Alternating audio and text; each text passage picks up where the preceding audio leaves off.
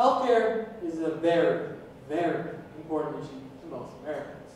According to an NPR article written on November 7th, 2018, 41% of Americans who voted in the midterm elections said that healthcare was their top issue. And so we can see that healthcare is a big issue, and we have an important debate going on around healthcare right now, specifically in the Democratic primary. Some Democrats say that they should continue to protect and expand Obamacare, while other Democrats say that they should take the next step and go and support Medicare for all, an idea where the government is in control of healthcare. These people believe that embracing Medicare for all will help them with the people, will give them an advantage over Trump in the 2020 general election. And the question is, would they? That's the question we have to answer today. Should Democratic presidential nominees embrace Medicare for all? We can see the answer is clearly yes, and we can see this for three reasons. The first is that the current system has many flaws in it. The second is that Medicare for all is a good idea and it works. And finally, Medicare for all is a popular idea and will give them an edge in 2020. And for these three key reasons, we can see why Democratic presidential nominees should embrace Medicare for all. But first, we have to take a look at how our current system has a lot of flaws in it. Right now, our current system is Obamacare, or the Affordable Care Act, where people buy insurance from pharmaceutical companies, private insurance companies, but they're forced to do so with the government. And Obamacare has done some good things. It's not a terrible system like many people would have you believe.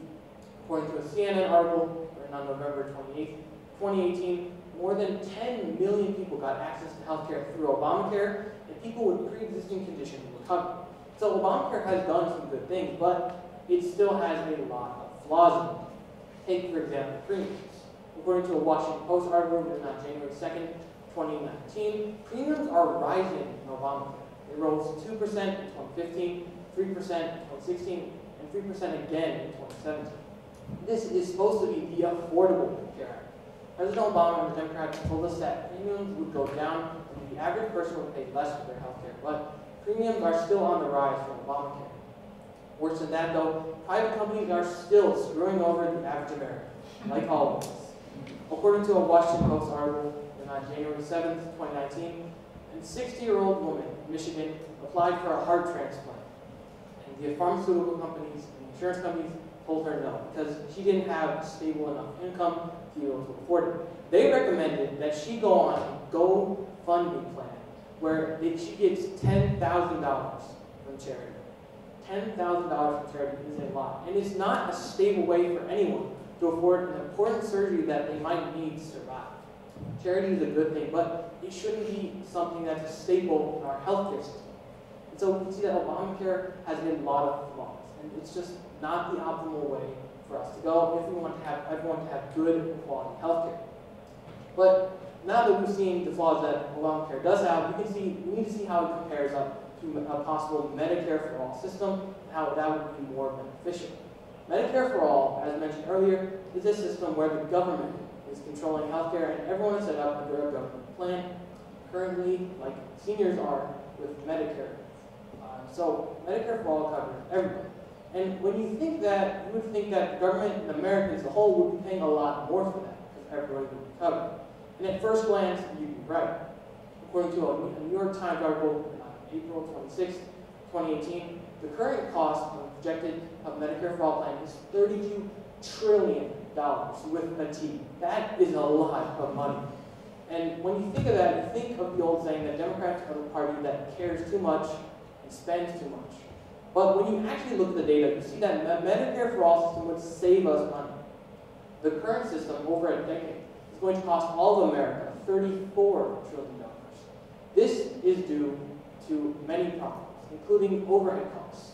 According to a CNN article written on December 12, 2019, there are dozens, maybe more, a lot more, of pharmaceutical and insurance companies that exist in the United States, and they all have overhead costs and a need to pad their bottom line.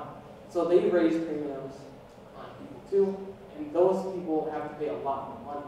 And it's also with pharmaceutical companies and drug companies. According to a New York Times article written on January 2nd, 2019, using a Medicare for all system would allow the government to access and negotiate lowered costs for drugs, as everyone's under the same system. meaning that if pharmaceutical companies want to get access to the American market, they need to negotiate with the United States government for lower costs. Currently, pharmaceutical companies negotiate with insurance companies, and that's why drug prices are so high, because they don't have a lot of leverage because they only have sections of people in the American market. But if everyone was under one plan, the drug prices would go down. We can see that we could save $2 trillion on our healthcare in over 10 years. So we can see that Obamacare has a lot of flaws, and Medicare for All will cover a lot more people and be more cost effective. The only problem for Democrats would be if the people were overwhelmingly against this plan. However, we can see this is not the case at all. According to an NBC article written on January 26, 2019, 56% of Americans support a Medicare for All plan. Remember that this is a pretty new plan proposed by President Sanders back in 2016 and is already caught fire with the American people, with 81% of Democrats supporting it, 53% independents, and 23% Republicans. And so it's basically a litmus test for any Democrat if they want to get through the primary, in the Democratic primary in 2020.